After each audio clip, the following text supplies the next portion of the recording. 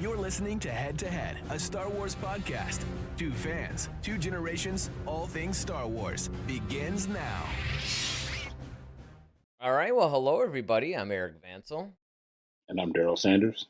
and we are your hosts for the show. And the amazing thing is that we're actually here. uh, this is one of those things where it's been a minute. Let's just put it like that. It's been a minute, Yeah. and we recognize the fact that it's been a minute, and we apologize for that, of course. But we're here. We're here now, and we're ready to talk some Star Wars. And so this article came out that we're going to talk about today. I don't know what, a couple weeks ago now, something like that. Yeah, about maybe a week and a half ago. Yeah, maybe a week and a half ago, and it was basically about uh, Dave Filoni, and he's talking about the direction of Star Wars, and he's basically talking about how look, we're in a different era now. It's not going to focus so much on the past. It's not going to rely so much on the Skywalker saga that the Mandalorian and Grogu actually represents something different. And of course, look, that remains to be seen too, because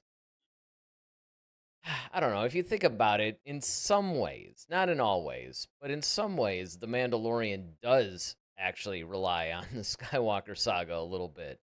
It didn't have to, but starting with the second season, they certainly did begin to move it that way when they included Luke Skywalker and Ahsoka and some hmm of these other elements. So I don't know. I mean, I guess we could just give some introductory thoughts. What were you thinking about, like, the direction of this article, basically, and what Filoni was saying?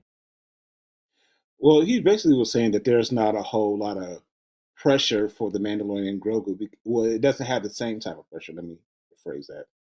It doesn't have the same type of pressure that the trilogy has, the sequel trilogy I'm referring to, because it doesn't directly further the Skywalker saga, to which I would agree.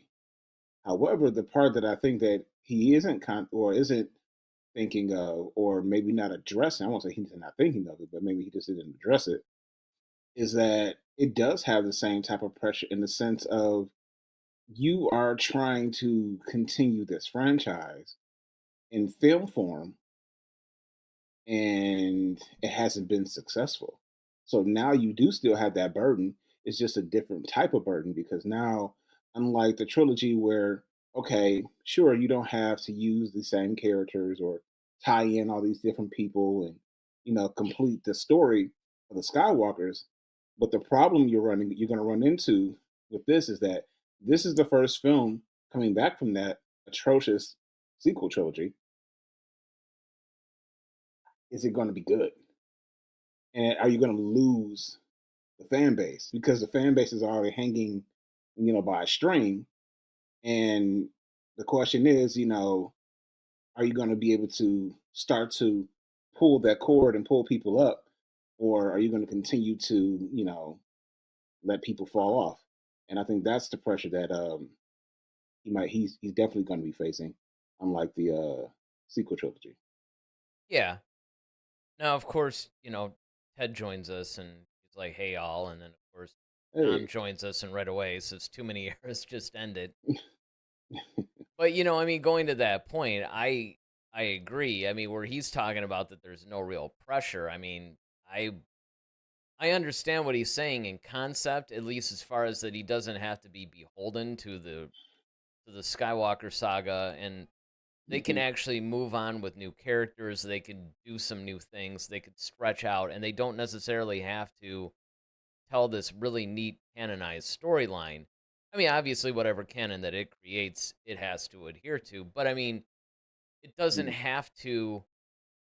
It doesn't have to like worry about continuity that as we've been playing in that Skywalker sandbox, the more that they're doing, they run the risk of painting themselves into a corner.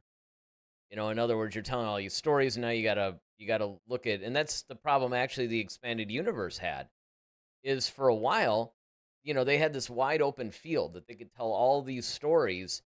Well, as they created their own canon, within the expanded universe, they had to start making sure that they weren't breaking it with new stories. They had to make sure that they were keeping track of like the overall story arcs. So that way when they wrote a new novel, it wasn't necessarily breaking something else because it wasn't pretty much back to, like some of the more basic stuff. So I mean, they do definitely have to be careful of that. And then of course, like you're alluding to, the other thing too is that, they've all but destroyed this franchise. I mean, it's sort of like, look, there's a different kind of pressure. It's more of a real world pressure. It has nothing to do with Mm-hmm. the Skywalker saga. It's like you guys Mm-hmm. Yeah. had to do something, to do that. All right. So basically, Blues back says, "Evening, everyone." Dom has a good point here. He says, I'm all for continuing the Skywalker story, just not with Rey. And then he goes on to say, go back to Luke's prime. And that's Mm. another argument that I would make too. It's like, okay, if you're going to tell some stories that have nothing to do with the Skywalker saga, that's fine. But if you are going to go back to that type of thing, which is where the Mandalorian and Grogu sits, by the way, this is where we would want to see some of the familiar characters continue on, particularly Luke, because in the Mandalorian, particularly in season 2, that's where he really shone. That was Mhm. where they gave us what we wanted pretty much, which is very close to what the expanded universe. Yeah, I mean, I think and it's funny because this article even spoke on it when they were talking about Kathleen Kennedy and her exit, and she was talking about the Ray film that Charmin Chinoy, I think Oh that's how yeah, you pronounce her yeah, name. yeah, yeah. She was supposed to be helming, and that's supposed to take place 15 years after the events of um, what's the Last Jedi, The Rise of after the Skywalker. Rise of Skywalker. Yeah. Yeah, so I understand Dom. I agree with Dom. I would much rather see uh, the story that we didn't get, that we all wanted to see, which was Luke in his prime. I think and because we're in that space and time, where you got the Mandalorian and Grogu, we know Luke at that time is in that place. And we know that's where he is and what he's doing. And so, yeah, we've all, want to see that. Now, whether they're going to give it to us, I don't know. Um, I hope so. But then on the same coin, like, I don't want them to screw it up either. You know what I mean? And that's again going back to the pressures of doing the films. And I think that, Favreau and Filoni are really even including, JJ and everybody, I think people are starting to have more respect for Star Wars as far as making it work on film, because it's not necessarily an easy job, because these guys aren't like some slum directors. I mean, J.J. Abrams, phenomenal director. Ryan Johnson, phenomenal director when he's not directing Star Wars.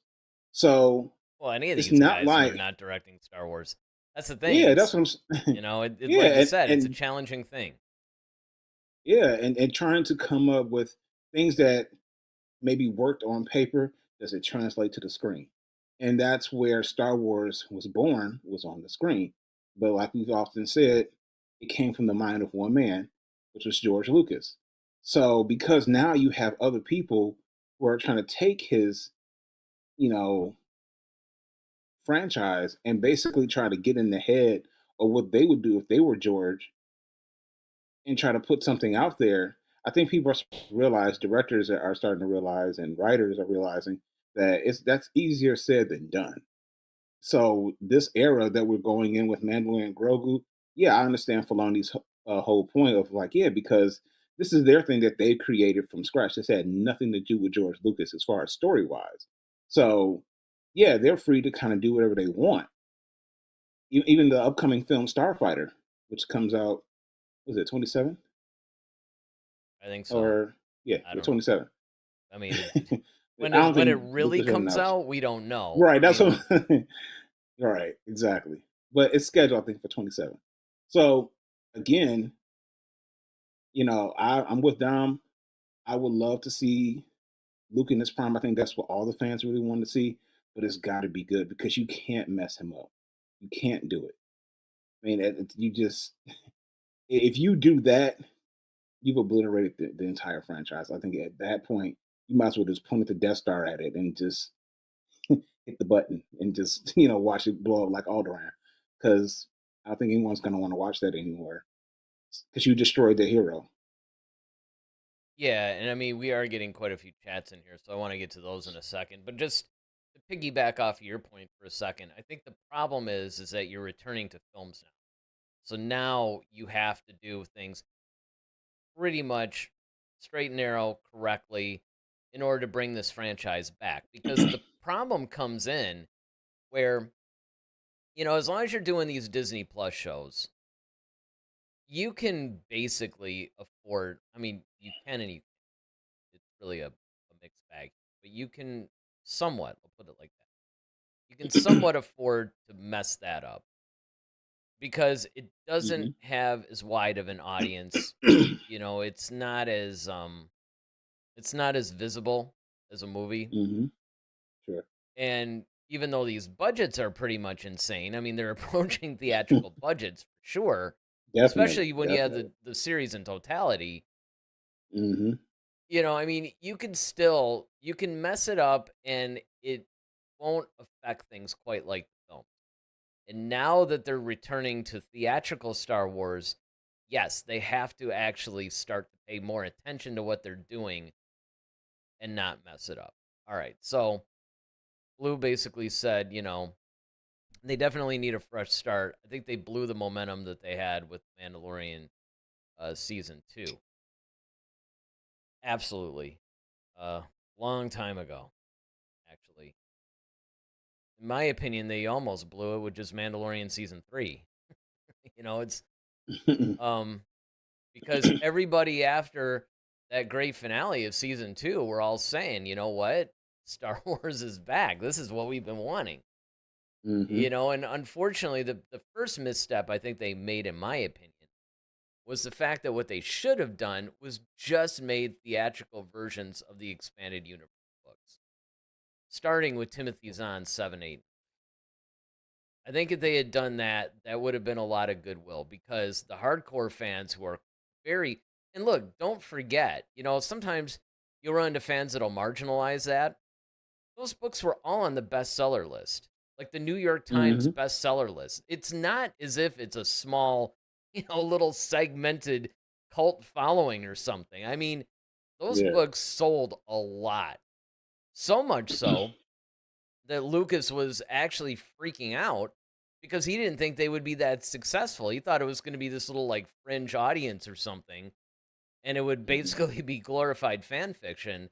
And much to his complete horror, I think, is like, no, people are treating that like canon. And he's like, well, wait a second, hold on now. What they do is what they do, and the only thing that really matters is what I do. And I mean, he had to start doing that until, of course, he started actually borrowing from it because he had to. It had such a large fan base that even Yeah. Lucas, when he made the prequel movies, he actually had to start putting in elements of the expanded universe because of its popularity. So you can't dismiss the popularity of the expanded universe. And had Disney made Timothy Zahn's episode 7, 8, and 9, which let's not forget actually kicked off the expanded universe, I think that right there would have done wonders. Now, granted, some of the more, weird aspects of the expanded universe and stuff like that, you could have just either left that alone or changed some things or whatever, but I think they would have held on to basically the core audience would have all loved that. And then the new people that came in would have enjoyed it, I think, because the stories were so good. All right. Dom says, I feel like when they make movies or shows with unfamiliar characters like Acolyte, stories are never significant or hold any weight like Luke defeating the Empire. It's true. He goes on to say, all the events in these shows never change anything significant in the universe. And then Blue basically says, even if this movie hits a positive note, the question is, where can you go when everything eventually ends up at the sequel trilogy? So these are all really good discussion points, actually. I mean, Yeah, to Dom's I point, agree. he's basically correct in the sense of, see, and this goes along with my point on the expanded universe. That was not true in the expanded universe. There are very wide sweeping things that were affected. And part of that was because the plot of the expanded universe was that Thrawn basically took control of the remnants of the Empire and, in essence, created a new empire. I mean, he didn't change the name like the First Order or anything like that. It just became like a rebirth of the Empire, basically. And then you had, they went on from there. But the stakes were very high, both in the individual stories and then, of course, the overarching story of all the books. And then when you get to the Yuuzhan Vong, well, that really brought the stakes up because now you had a nearly undefeatable enemy that the Jedi couldn't even defeat. And that was just crazy. So, unlike the expanded universe, it's true. It's like with a lot of these stories, I think the word is almost like they're inconsequential.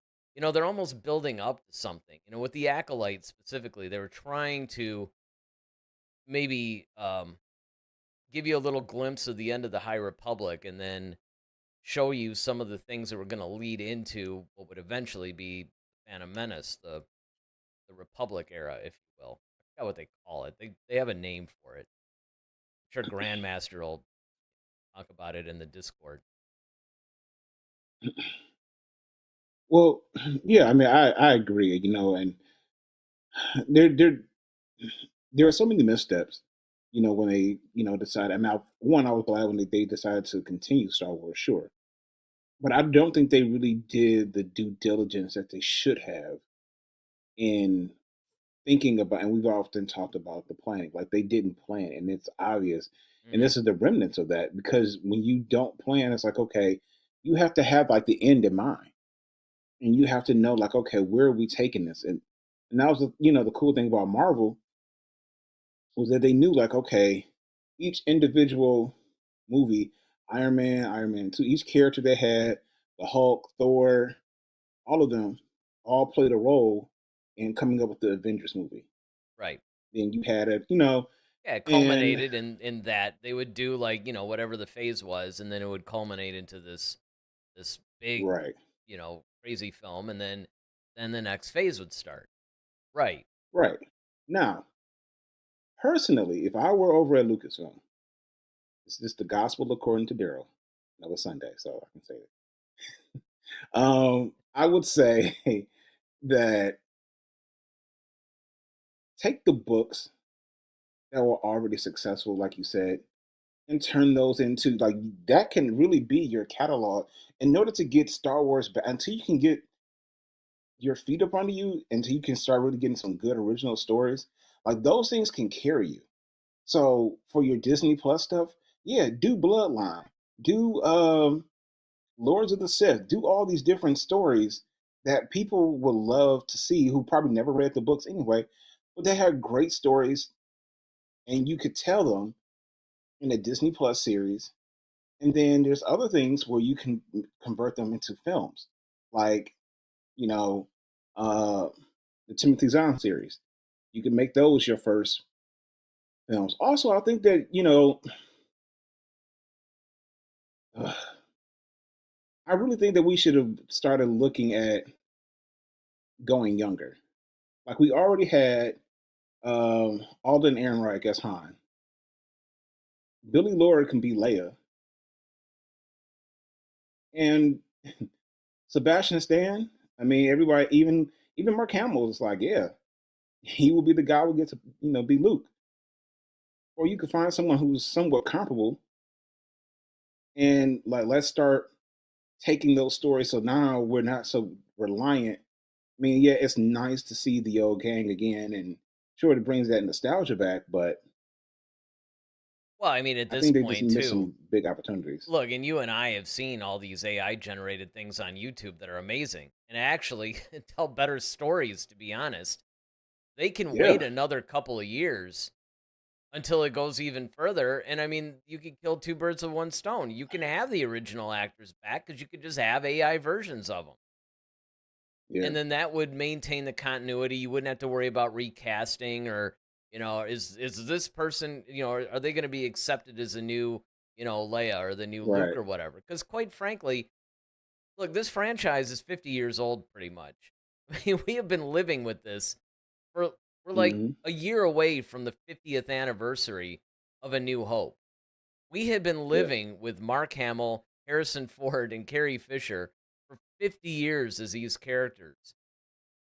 It's going to be a really tough sell. Now, a couple of years ago, 3, 4, 5 years ago, I was on that train. I was like, look, you got to recast. You can't just, de-age or, you know, try to Hmm. like pump these guys out. Or I mean, you could have basically done the older versions because after a while, the expanded universe does cover some of that. It does cover the older versions of the characters. But then again, going back to what you're saying, there's a lot of new canon novels they could actually exploit. They don't even have to Yeah. go to the expanded universe. Exactly. And you could do that. And this also, by the way, this goes into the point that Blue was making when he says, I mean, even if the Mandalorian Grogu does amazing, right? And everybody is It's like all about it. I mean, what are you going to it still do ends up when yeah, sequel. so my answer to that has always been, and they seem to be doing that by the way, quietly, very quietly. But The gentle it's reboot. yeah, a soft reboot. Well, software. Yeah, that's what you A call it. soft Soft. reboot because look, I know that it's been very very controversial when I say this here, especially being an original fan. I mean, I'd be fine if they remade episodes 4, 5, and 6. I really would. Because especially now, you got Ewan McGregor, who's actually age appropriate to play Obi-Wan in episode 4, 5, and 6. You could actually make that battle better. You could do a lot of things. You can take care of a lot of the plot holes because let's face it, Lucas didn't think this was going to be this big juggernaut that it turned into and this franchise that would still be spewing out stories 50 years later. Hmm. And technology was at a point, part of the reason why you and I talked about this, where when Lucas first did it, he said, look, lightsabers are really heavy. They're like broadswords. So naturally that's what the actors did.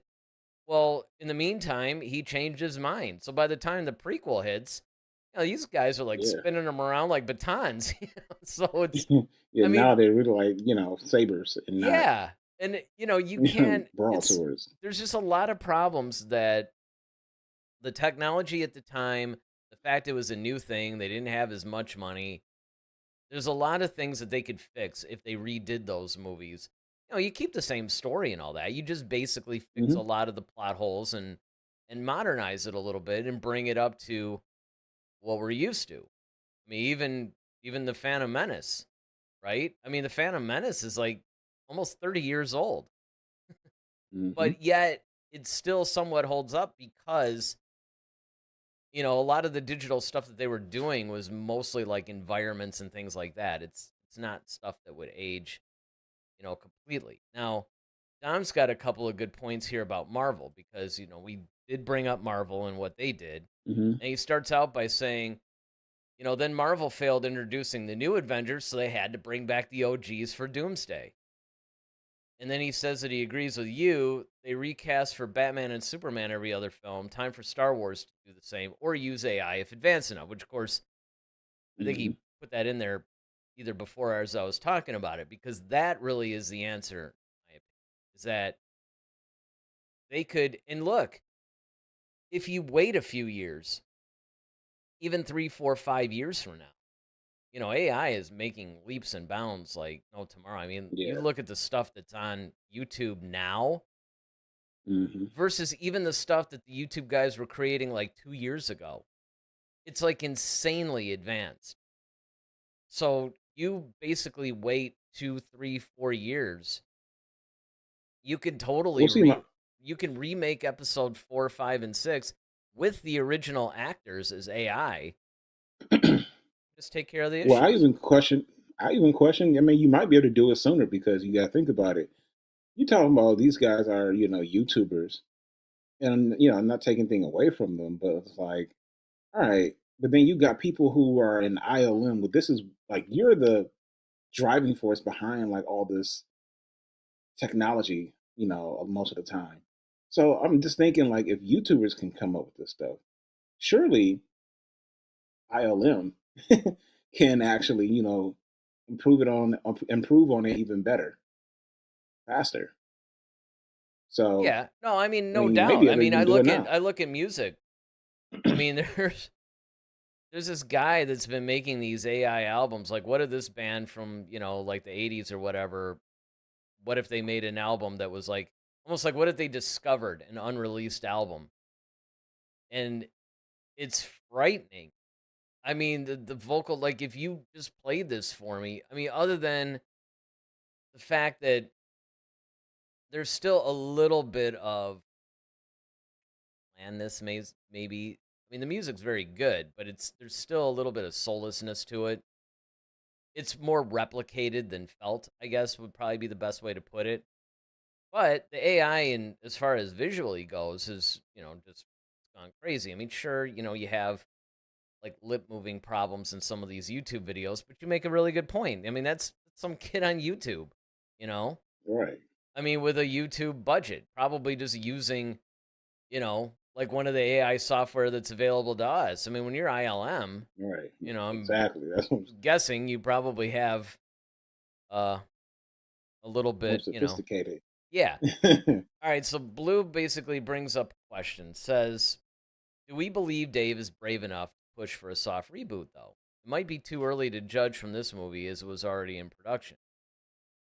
Well, my answer to that would be they're already kind of doing that. Like I said, they're keeping it very quiet, and I'm not 100% certain that it's even like a conscious thing where somebody said in the meeting, "Hey, I got an idea. Let's softly reboot everything." What I had always said, and it appears to be happening, is that you could softly reboot things by simply coming up with so many stories. Because don't forget, there's 30 years between Return of the Jedi and The Force Awakens. And so you can come up with a bunch of stories that basically just by all the stories and the direction they go, it kind of makes the sequel trilogy irrelevant. I'm not saying do anything, drastic like say, hey, the 7, 8, and 9, The Force Awakens, Last Jedi, and Rise of Skywalker. Yeah, that was a world between worlds thing. That's like one possible thing. Here's what really happened. I mean, you can cheese out and do that though. You certainly True. could do that. Once they created the world between worlds, it basically gave them a little bit of a license to do something. But I think that just by nature of them doing what they're doing, it just automatically softly reboots because if you tell these kind of stories in this time period and then keep going for the next, I don't know, like 10 years or something, I mean, uh, you don't have to It's bas officially reboot. That's what it's I mean basically like by you're soft. paving over the Yeah, basically like you're exactly. Yeah, paving over the road. yep, that's a really good analogy. You're more or less just paving over it, it doesn't matter. I mean, it's unfortunate, of course, that, the sequel trilogy had to feature Harrison Ford, Mark Hamill, Carrie Fisher. I mean, it would have been a little bit Yeah. easier, but whatever. All right, so Dom says, I say scrap the new movie and reboot the originals. Yeah, I mean, again, I wouldn't. It's fine with me. Well, Blue we says, got to see what the new well, that's what yeah, the new we got to movie see. actually holds. But I mean, if Because I you mean, think it about it, though, whether it's great or not doesn't matter, right? because it Because it, still it ends at takes the place sequel trilogy. outside. Yeah. So Blue says I'm with you, but I don't think Disney is. um, then Dom says, don't know how fans feel, but I don't think Mandalorian brings hype. He is just a lame babysitting bounty hunter who even is Grogu. All I know him by is Baby Yoda. Well, Look, I mean, you can blame a little bit of the marketing, for that. Again, because it is a Disney Plus series, unless you're really a hardcore fan and you're really invested in Star Wars, sure, The Mandalorian did appeal to a wider audience. It did bring some people in. It did bring some interest back, but not like a theatrical movie would have. Right. So, because of that, The Mandalorian being the project that it was, a Disney Plus show, would not, no matter how good it is, at least first two seasons, no matter how good that is, it cannot undo the damage that these toxic theatrical releases, namely the sequel trilogy, did. Hmm. It can't do that. Now, the Mandalorian and Grogu movie can take care of exactly what Dom is talking about, though. It can bring awareness now to a wider audience because now it's a theatrical thing. And so these questions that you say, well, I think he's just a babysitting bounty hunter or something like that, or, I mean, who's Grogu and all that? Sure. I mean, if you watched religiously the Mandalorian, you would know all these questions and you would probably have a different point of view. But if you just watched it from afar, I'm sure that if you go see the Mandalorian and Grogu, because the other problem they have is they have to somehow balance. It's going to be interesting to see how they do this. I'm sure Grandmaster, once he sees this, will weigh in on Discord on this. They have to balance basically reintroducing these characters to a wider audience that never saw The Mandalorian and balance that with the people who have already been following it and not have it be too redundant. So there is that. Let me ask you this question. I mean, this goes out for anybody, but specifically to you, Eric. So we know that when George Lucas originally came up with Star Wars, he made it for kids, right? Yep. And that was the initial thing. Now, because Star Wars has grown to what it is, um, can we say that like, and I'm not trying to uh, do the woke thing or whatever, but I think that do you think that Star Wars can become more violent? Because I think like nowadays, kids, they're not, running out and buying toys like that anymore. Well, no, I but think it's here's the thing you got to look at. The 70s was way more violent of a time for us kids than these like, oh yeah, padded kids now. I true. mean, if you're trying to imply that, oh, well, now because, it's a little bit different and, society is different, um, I'm saying these that kids now could handle a more violent thing or something, then that's well yeah, just not even true. I mean, you know, when we were growing up, it's like go out and do whatever and, just be back when the street lights on. Nobody knew who was yeah, getting into anything. Life was a yeah, it's wild true. west. You didn't have like, Ubers and cell phones and, constant communication and, you know, safe spaces and all this other stuff that these kids nowadays seem to need. I mean, back then, uh, you got cut or something in the middle of the woods, you had to help mm, your friends mm, out because there was nobody yep, around to really help you. And, we're yeah, out there like, jumping bike for ramps hours. and yeah, I mean, just Yeah. doing all these like crazy, insane things. And actually life was very violent. It's way more violent then.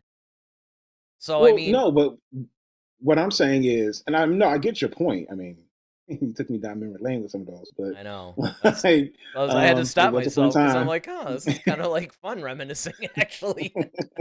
right, all right, when we were just using M80s and just throwing Well, them in the it's street, kind of like but Stranger Things meets Mad Max. That's kind of what my childhood was like.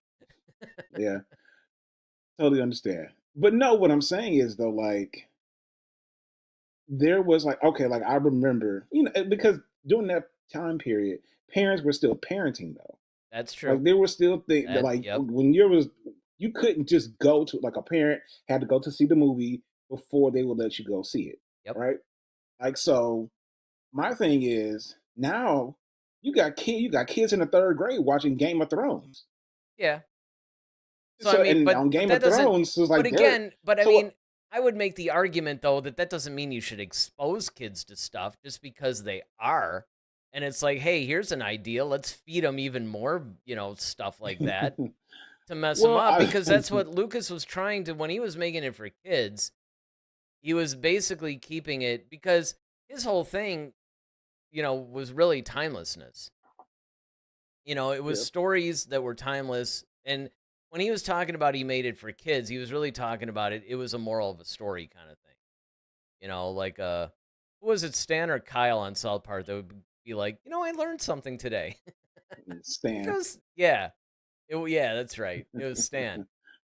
that was kind of the that was kind of the point. But here's the other problem though, which goes into what you're talking about. Is that 50 years down the line, all of us little 6, 7, 8 year old kids are now in our 50s. It's like, so now you have to make Star Wars for the original intended audience, but now you also have to make it for all these generations who have grown up who basically want more sophisticated stories, which might include some violence.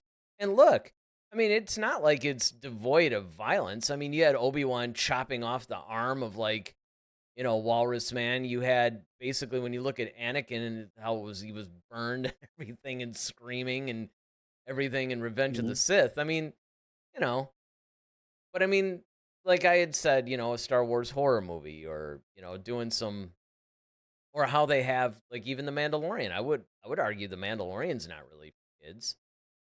It Well, I would can say like be. okay, for example, like when I'm not saying that you gotta show a lot of blood, guts, and gore, like it's Friday the 13th or something like that, or I'm not saying you got to show a bunch of gratuitous sex or anything like that either. Although Leia, anyway, Like um, Padme, man. I mean, there was a well, there's a that thing too. on I mean, Facebook today where they showed some of the outfits. Like, I'm just like, wow, until you see it like that, you're like, man. And but hey, there I was the guess what golden bikini too. I mean, there was that. that's true. But what I'm saying is like how we looked at Mandalorian.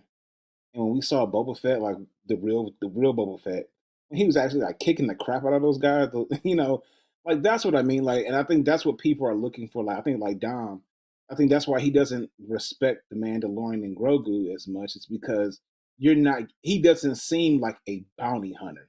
He seemed like, and I get why he's saying it. It's like, dude, you're a glorified babysitter. It's like when the Rock did the nanny or the Tooth Fairy or whatever the heck the movie was. You got this big hulking guy, but it's like, oh, hey, baby, how you doing? And I think I understand Dom to a point because when this show started off, season one, I mean, he was kind of, really a butt kicker, but then I mean, he still is, but you kind of lose that edge because now he's kind of being more father-like to this baby, and But I I think think that that's was where, actually, I don't even think it was like a, hey, we're gonna not make this as edgy as it could be. We're gonna soften it up thing as much as it is that it adds some weight.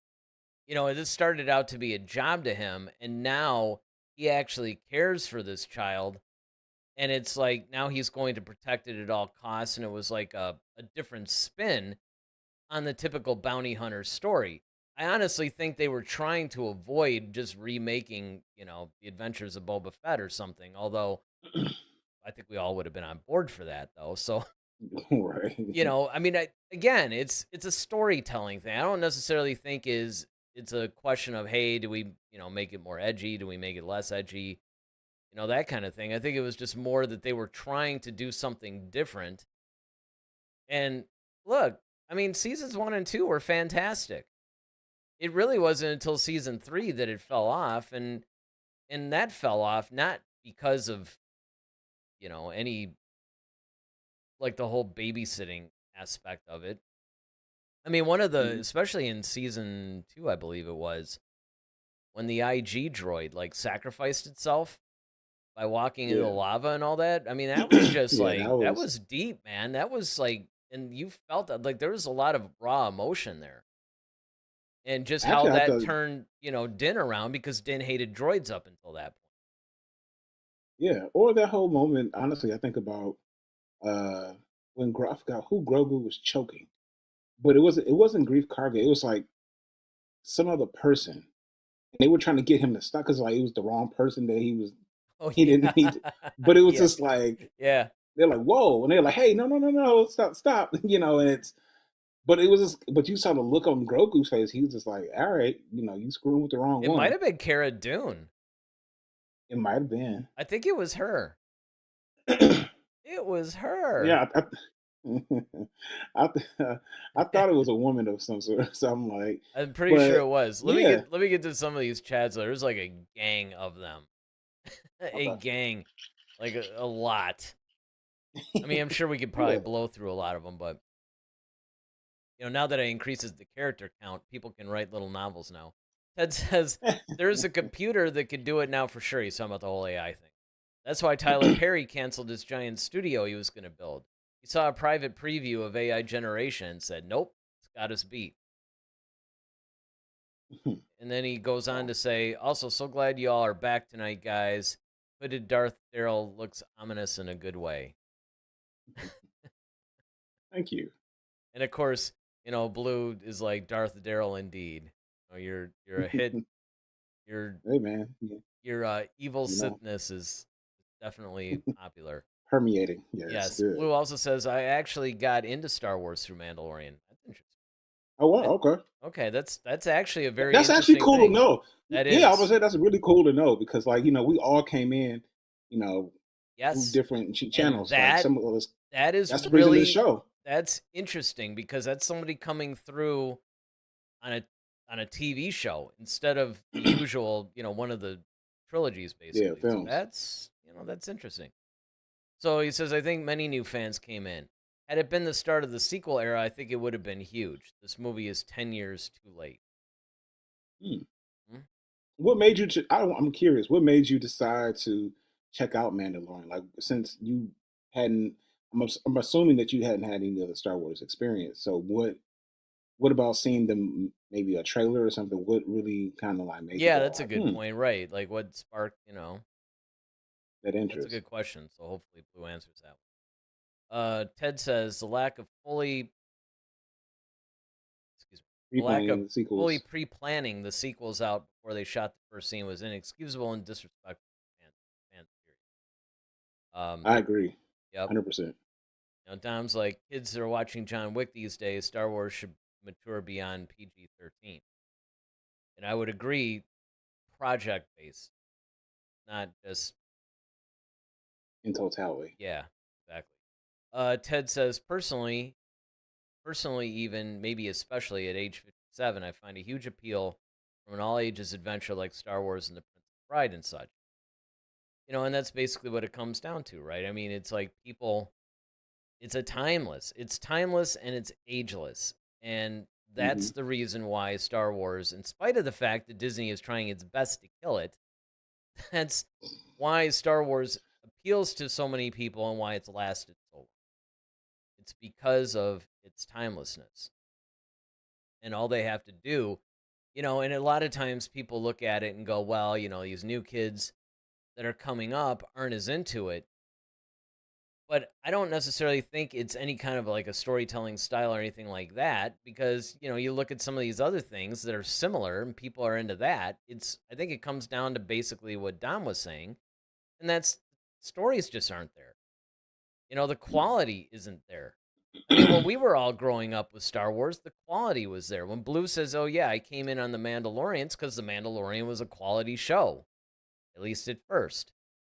So I think that you can look at that and say, goes back to our little mantra: just tell a good story. There you go. You start there, you end there, and you're fine. You don't have to worry about the other. And the problem is that Disney is more concerned about replicating the success of Star Wars rather than what made Star Wars so successful. And that is just telling a good, timeless, ageless story. And you got this plethora of characters that are, this sandbox that Lucas essentially created along with his team. I mean, there's just so much there. I mean, I hear this all the time. People find out we have a show. Um, it's funny because, this woman that basically started, at her company, a week or two ago. And I mentioned, we have a show, and every time it's kind of like, oh, well, what show is it? And I'm like, it's a Star Wars show. But, the thing is, there's a lot of people who have actually checked it out and said, listen, you guys, you're really interesting. I mean, I love your show. If you were to do something on general entertainment, like that Entertainment Exchange show, that we do actually have a channel for that, by the way. We just haven't made a single episode yet. But there is a YouTube channel that we are starting called the Entertainment Exchange, and it is there, and it's something that we're going to do where we're going to do this style of show, but for any entertainment, like any movies, any books, maybe not so much books, any, Series, though. TV series, whether it's streaming or, whatever. I mean, just any basic, media type. So it'll expand beyond Star Wars. In fact, we'll probably purposely not do Star Wars on that show because we got this show for that. And, everybody that says that is like, oh, man, I totally would watch you guys every week if you did that. Well, there was a time where, if you did a Star Wars show like that, everybody would be flocking to it. You didn't have to basically make apologies for it. And again, it's because every time a Star Wars movie is released, it would make a gazillion dollars and, there'd be lines around the block and everything else. And the funny thing is, as much as people are talking about, oh, yeah, Star Wars is crap, it's dead, it's whatever, watch what happens next year when they re-release the theatrical version of A New Hope.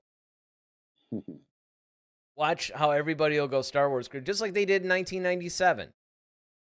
I guess. It's going to be basically the same kind of thing because everybody universally agrees that the original trilogy is untouchable, and everybody, doesn't matter, how many times you pimp those 3 movies out, put them back in the theaters like you're pushing some woman out on the streets of New York. It's to make more money for you. Hey, let's redress up the original trilogy and push it back out there. You're gonna get people that are into it, and it's gonna keep making money for you because it was good.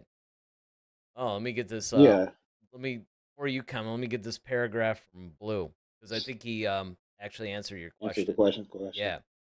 He says, I never saw Star Wars when I was a kid. I'm 30 now.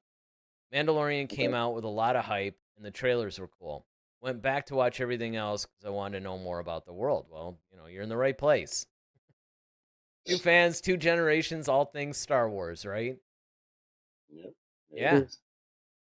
Well, I guess another one. I mean, that's always nice when we actually get younger people watching it too, because it just goes to show you though, and it goes to your point that they're. I gotta get this one.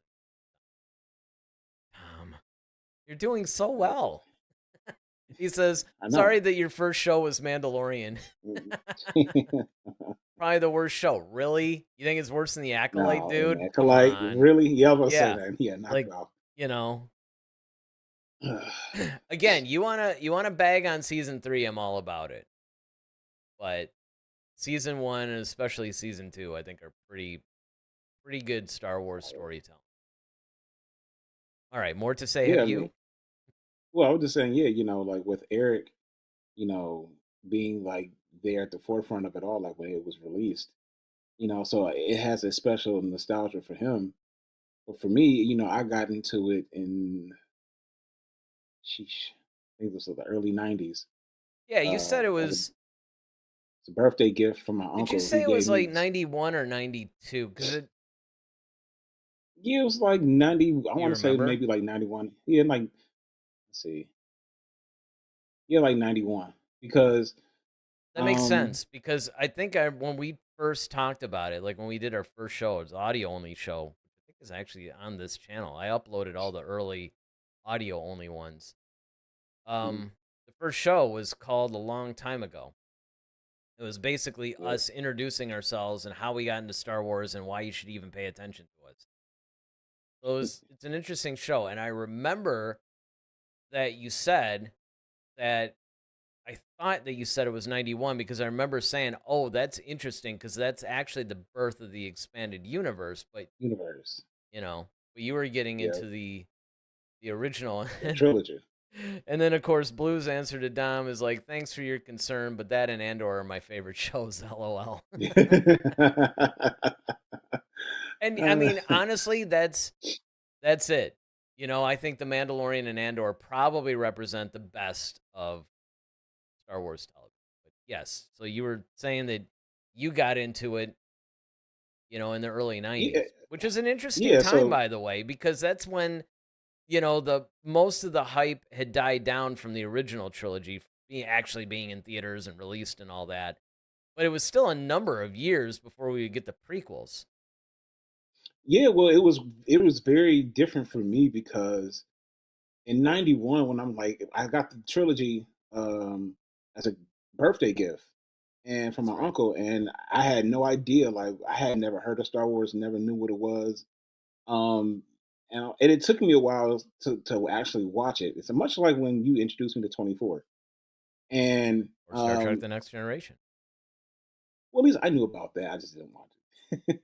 I just didn't like Star Trek, but at Yeah, least I that's was true. aware That of it. was that was a little different. That was more of a like, hey, I know you hate this, but trust me, check this out. You'll probably like Yeah, it. exactly. 24 Exactly. is actually a better example because we started watching it and you're kind of like, okay. And then once you You got left it into for it, me. yeah, You left that's what it me was.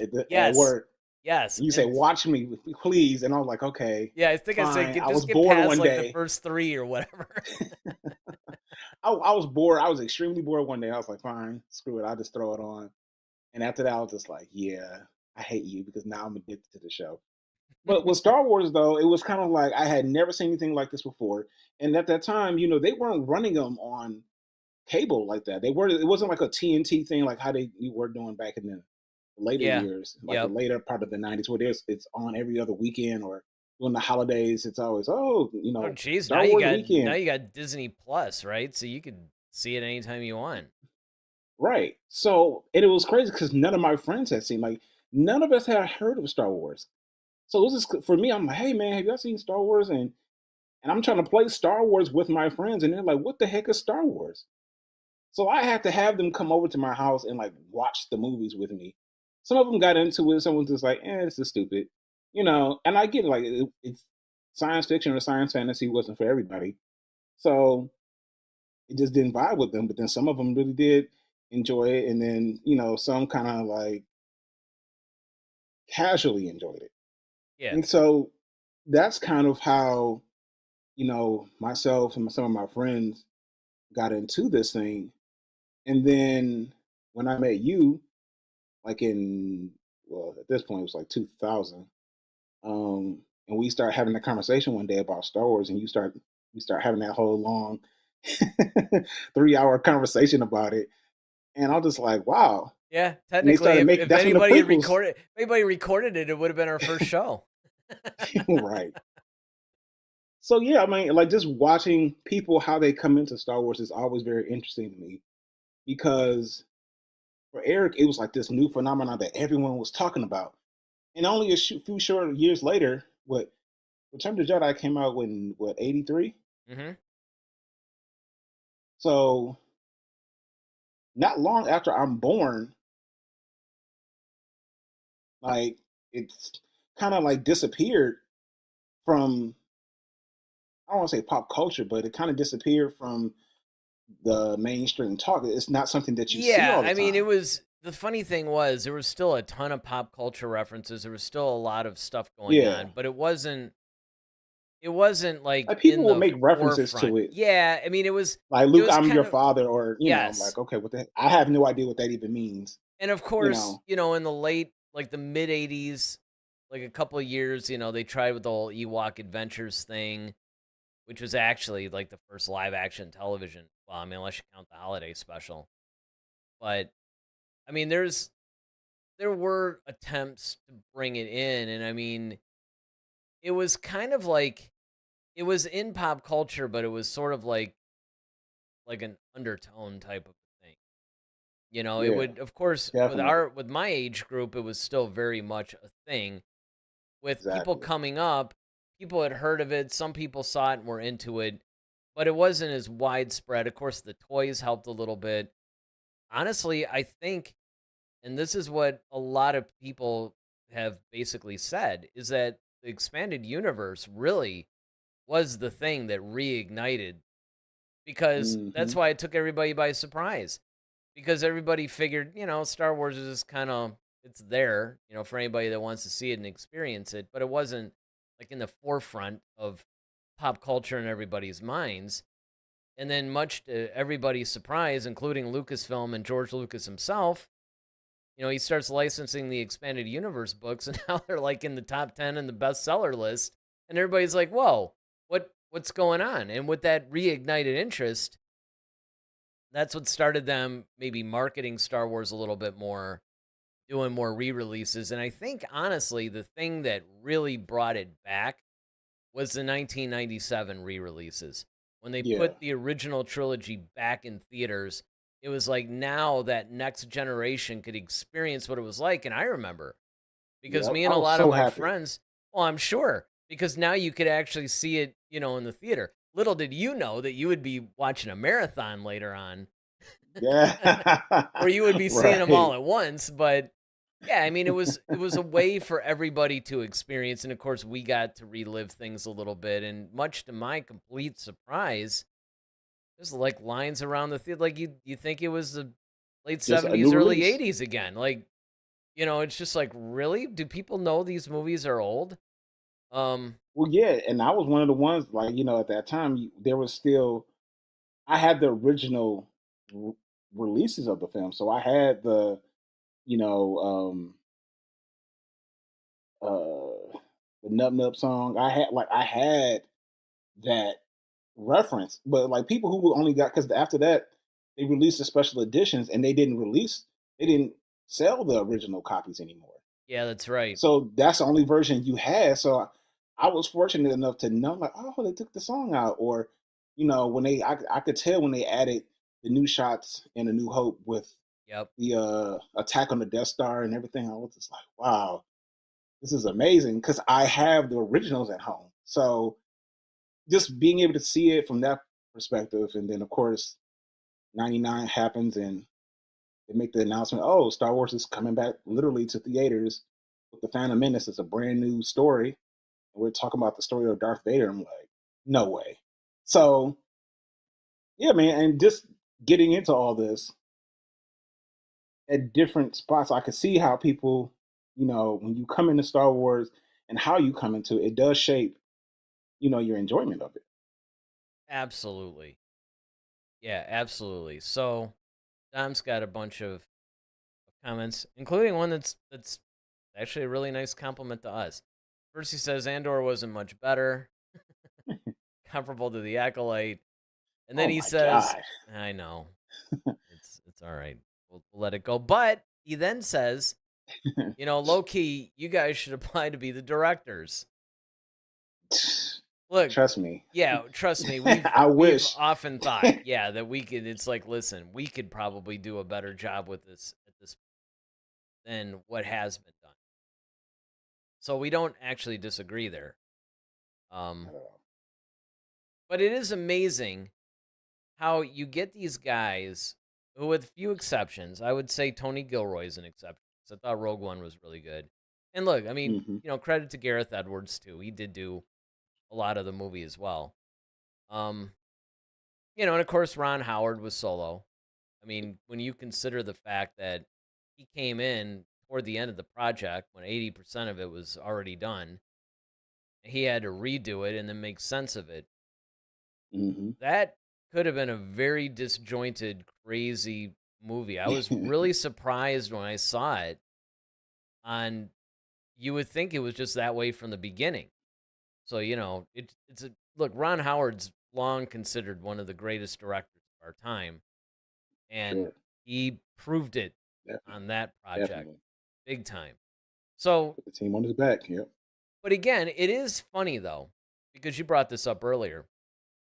It is really interesting how you take these just crazy award-winning, amazing directors and they get to Star Wars and I mean it just because it's just not like other movies. All right, so Blue has a question for you. It says, Daryl, did you think the changes to the films were cool or were you offended? I'm assuming you're talking about the original trilogy, Yeah, the he's talking about the the special 90s editions, the special editions. 97 special editions, which of course Uh, they actually went even like wasn't there what was it like 2000 like there was this they actually he redid them again because he had fixed the yeah, Han Solo thing and then like the yeah, whole the Han Jabba the shot Hutt first thing, thing. Yeah, that because that the was his stepping on the tail. yeah. He fixed that, but then he even added other stuff. Like, Hmm. Yeah, I think okay. I think the original '97 special editions. I think those were cool. Um, I wasn't offended. I didn't like the whole Greedo shot first thing. I always loved the fact that Han yeah. shot first. Well, and I think that's the that's way just I would put it too, is that it really depends on what we're talking about. yeah. So there's certain things I thought were cool. Other things I was like, I think that was kind of cheesy, or that didn't need to be put in there. I think the biggest part was the attack on the Death Star. That that whole sequence, chef's kiss. I think that was done really really well, Yep. and I was really impressed by just the camera motion, the close ups they did. It's just all of it. It just went well. It definitely greatly improved the viewing on that. But I mean, I did miss like the little Nup Nup song. You do because that's what you just kind of grew up listening to, or Well, I just that's thought the it's Yub kind of Nub song was I think it was a better, more appropriate. Now, I did like the expanded thing where you saw the celebrations around the galaxy. That I actually, oh yeah. I thought that was actually a pretty cool addition. In addition to that, the other key ones besides the ones that you mentioned, I thought the Wampa attack was a lot cooler. Oh I thought that added a lot. Probably the biggest change that I thought was necessary and almost goes into the rebooting thing is when they actually replaced Clive Revel with Ian McDermott Ian McDermott. in Yeah. the Empire Strikes Back for that scene where he's talking to Vader. So Yeah, that then he's gave it the that giant continuity. head versus, Right. you know, Well, that and just the fact that you got the actual actor who we see in the very actor. next film.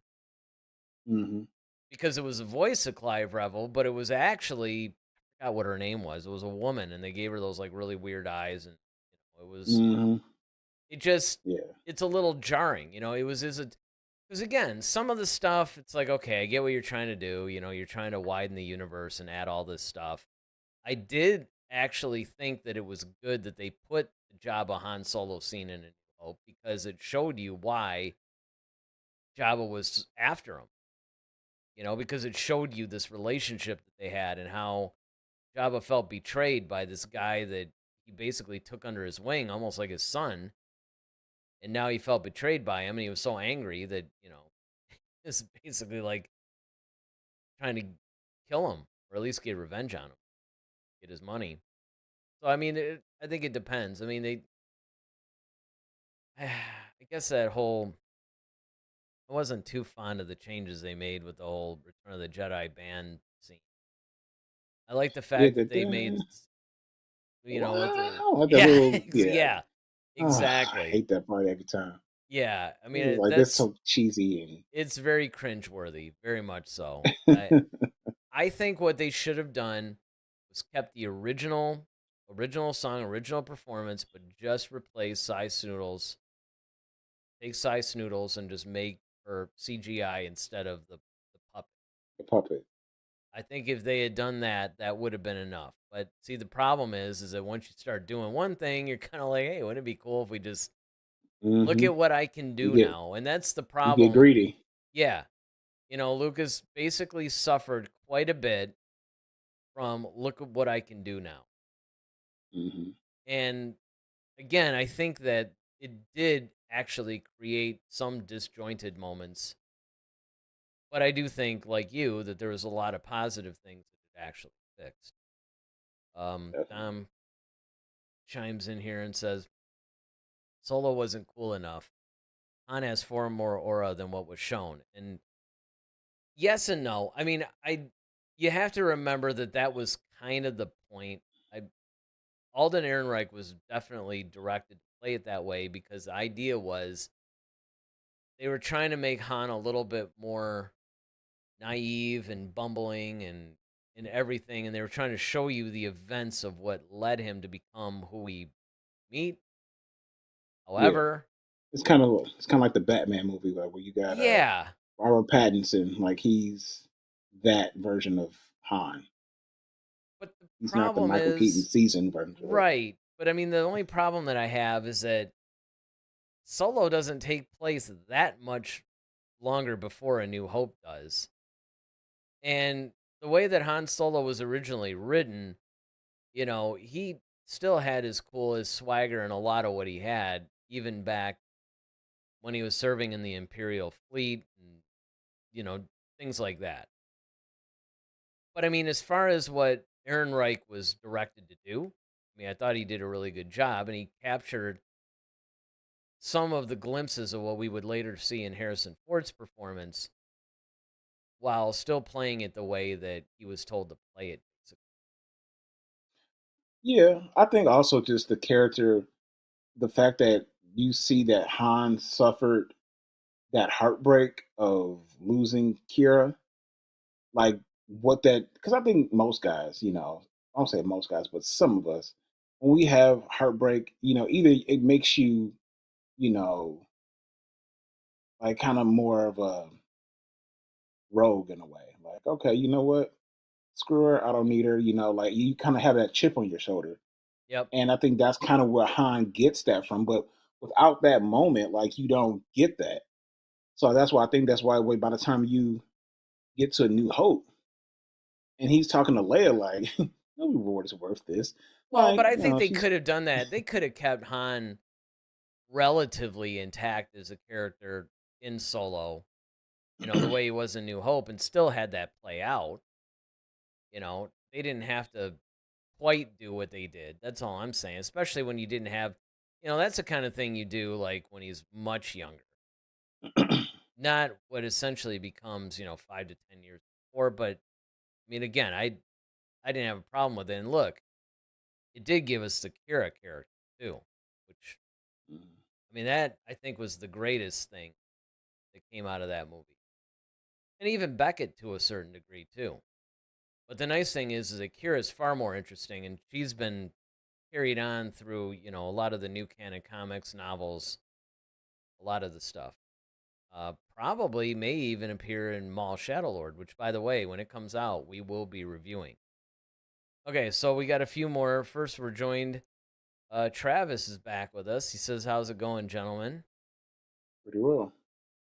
And Dom answers for us, and he says, "Terrible, Travis. They're trying to justify that Solo was a good movie." So Travis's response is, "I think both Alden and Donald Glover did a great job in Solo. Not really growing up on Harrison Ford like many. I think I was better disposed to accept a different actor playing him." And then, of course, Dom chimes in, "Harrison Ford is the only one for Han." Um, yeah, I definitely think that if you came into Star Wars later, Blue talks about Mhm. how he came in Mandalorian. Travis, I don't know when you actually came into Star Wars. I'd be very curious to know that. But yeah, if you didn't grow up, like I said, you didn't spend like, pretty much coming up on 50 years with these characters, you would probably be a little bit more easy on, people coming in and playing them. But again, I I wouldn't have a problem. Look, I didn't have a problem with his performance. I just don't think that the character would have been at that point in his life what he was portrayed at being. But look, Donald Glover nailed Lando, 100%. Hmm. Um, and Alden nailed Han as he was directed to play him. And I wasn't really bothered by it. I love Solo. I thought that was I thought it was a really fun. Sure, it had a few problems, but the reason why, and we brought this up a million times, and in fact, if you guys, because some of you guys are newer, if you go back, we did this whole series called "What Is Star Wars." I think we actually have it as a playlist where we reviewed every single movie, every live action thing. We reviewed all the saga films. We reviewed the standalones. We didn't. I mean, we did all the series too, but we did that on their own thing. But we basically did an episode called "What Is Star Wars" that kicked it off. That basically talked about, well, what is it? What was Lucas trying to do? What was he trying to achieve? We basically went into a deep analysis of it, and then with that in mind, as part of that series, we reviewed every single one of the movies, from The Phantom Menace all the way to The Rise of Skywalker. And it's kind of fun because we also reviewed The Last Jedi and The Rise of Skywalker when they came out. So there's actually two different reviews. Well, actually three, because with The Rise of Skywalker, we also did a non-spoiler review. So it might be fun to go back to some of those, especially because invariably, I'm sure that if we went back, maybe I thought something then, or you thought something then, where we would, like now, maybe we would be like, you know what? I don't agree with me at all. What was I talking about? Yeah, exactly. So Travis has a couple of things here. He says Solo kind of offers context for why Han maybe gravitated toward Rey like he did. She resembles Kira and is a scavenger like they both were, working for scum. Han maybe sees Rey as a second chance. I never actually looked at that aspect of it. Um, that's not necessarily a bad observation. Now, he goes on to say, if Han Solo can make peace with the first heartbreak of his life in Kira with Rey, maybe that gives him the strength to comfort his second heartbreak, his son. And then Dom says, unfortunately, Disney does not see Rey like Han did. They saw her as a way to appeal to the strong, independent woman trend, making her able to use the Force and a lightsaber with no training. I agree 100% with Dom on that. But here's the thing.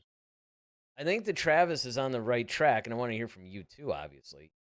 But I think that it really comes from more, by then he had lost Kylo, and he saw Rey as more of a chance to redeem that. Although I never really connected that before, but you might be right. There might be a little Kira connection in there, in the sense that there's a little bit of a similarity between their situation, let's say. But I don't know. It's an interesting thought. What do you think? Yeah, I think it's an interesting thought. However, I think it's wrong. Um, and only because I think that we're leaving out the impact of Leia. Like, Yeah. he and Leia had a way deeper. I mean, like the stuff that they went through together, like it's just like crazy. And the fact that like now they have a son together and they recognize. I mean, they're part of the technically. He's kind of part of the Skywalker lineage in a way through marriage, and having a son who leaves and becomes a terror, like they just got done facing with Vader. I mean, that's got to kill him. But the fact that, like, it was, you could tell that he was impressed by her when the way she handled the Falcon, the way they finished each other's sentences, like, oh yeah, like you love this stuff, like you know what you're talking about, yeah. And then, oh, you're a Han Solo, you're, he's like, well, and the way he offered the gun, like, hey, keep it, my, like I think he looks at her as a second chance at being a father. Yeah, that's I what I'm think that's basically what he, saying. yeah. I think That that's more apt yeah, than the Kira it's part. Yes, and that seems to be what the intent was. I mean, you can tell that JJ was telegraphing that like crazy in The Force Hmm. Awakens. Uh, Yeah. Tom says, I feel like Han and Ray didn't really click in the movies. I would agree that it was a little clunky at times because they were definitely like what we were just saying. You know, they were trying to convey this. You could make the argument that they did it a little clumsily, though.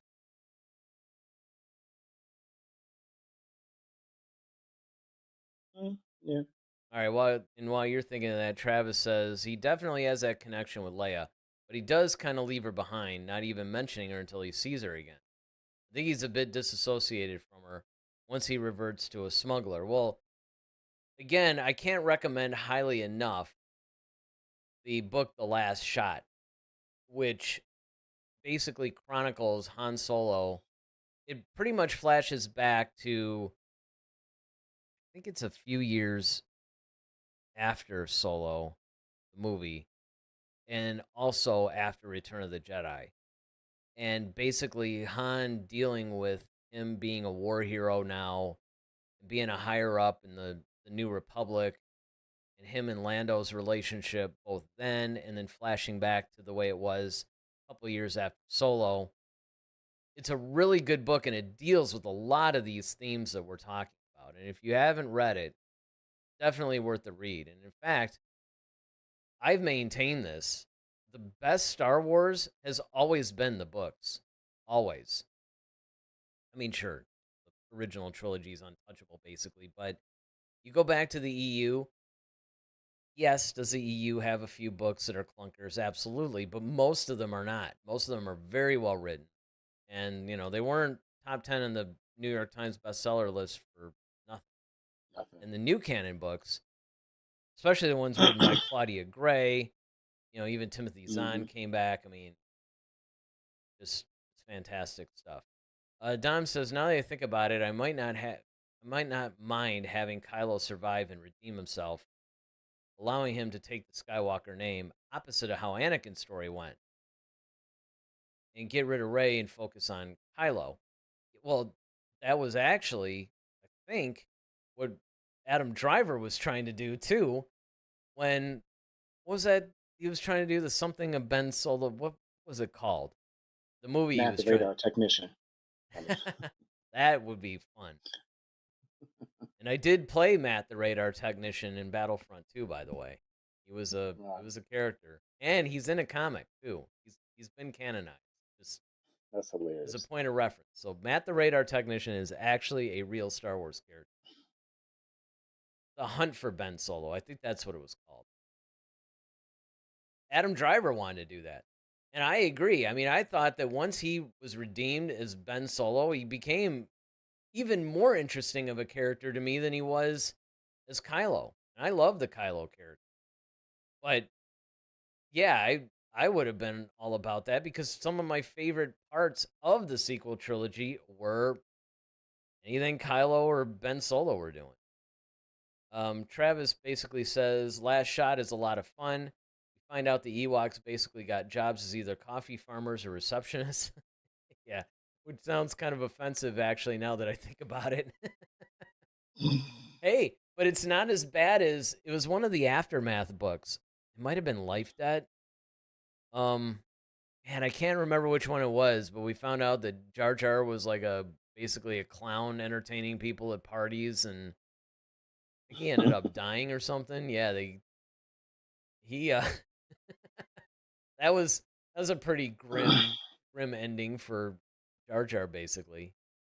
Uh, yeah, that was pretty crazy. But yeah, I think that in wrapping this up here, there's a lot of hope that we can have for the future. I mean, again, this is what we do as Star Wars fans. We have cautious optimism. That's what I like to say. Cautious optimism, and I think that this could end up being a really good project. Talking about the Mandalorian and Grogu now, that could actually put Star Wars back in the good graces of fans. But We'll just have to see. Again, Starfighter, I think, has a really good shot too. So I don't know. Yeah, we just got to wait and see. Mando and Grogu's coming out soon. This May. So we Yeah. don't have long to wait. Nope. And then, of course, is another thing that's somewhat of a point of order here because we're probably only about 3 or so weeks away from Maul, Shadow Lord, is coming out April 3rd or something like that. And basically what they're going to do is they're going to release 2 episodes at a time until May 4th, which is when the finale hits. And that's obviously Star Wars Day. And we'll be reviewing it. We'll be there reviewing each group of 2 episodes every week for the duration of the show. So you guys had that to look forward to. And of course, when The Mandalorian and Grogu hits, you know we're going to go see it, and you know we're going to review it. So I just hope I don't have to, like, get called into work or out of town or something. That would suck. But either way, we'll be here, and you guys know the deal. Like and subscribe if you haven't done so already. And you know what? Share this. Share the show with people that you know that might be into Star Wars and might be a good fit for our little community here. And then you can also give them the Discord link. Join us on that. We basically talk about stuff every day on. So you're not going to want to miss that.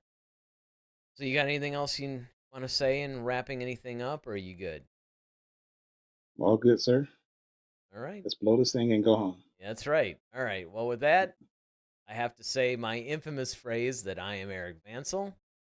I'm Daryl Sanders. May the Force be with you. Always. Head to Head, a Star Wars podcast. Be sure to follow us on Twitter @HeadToHeadSW. Submit your questions for our next show.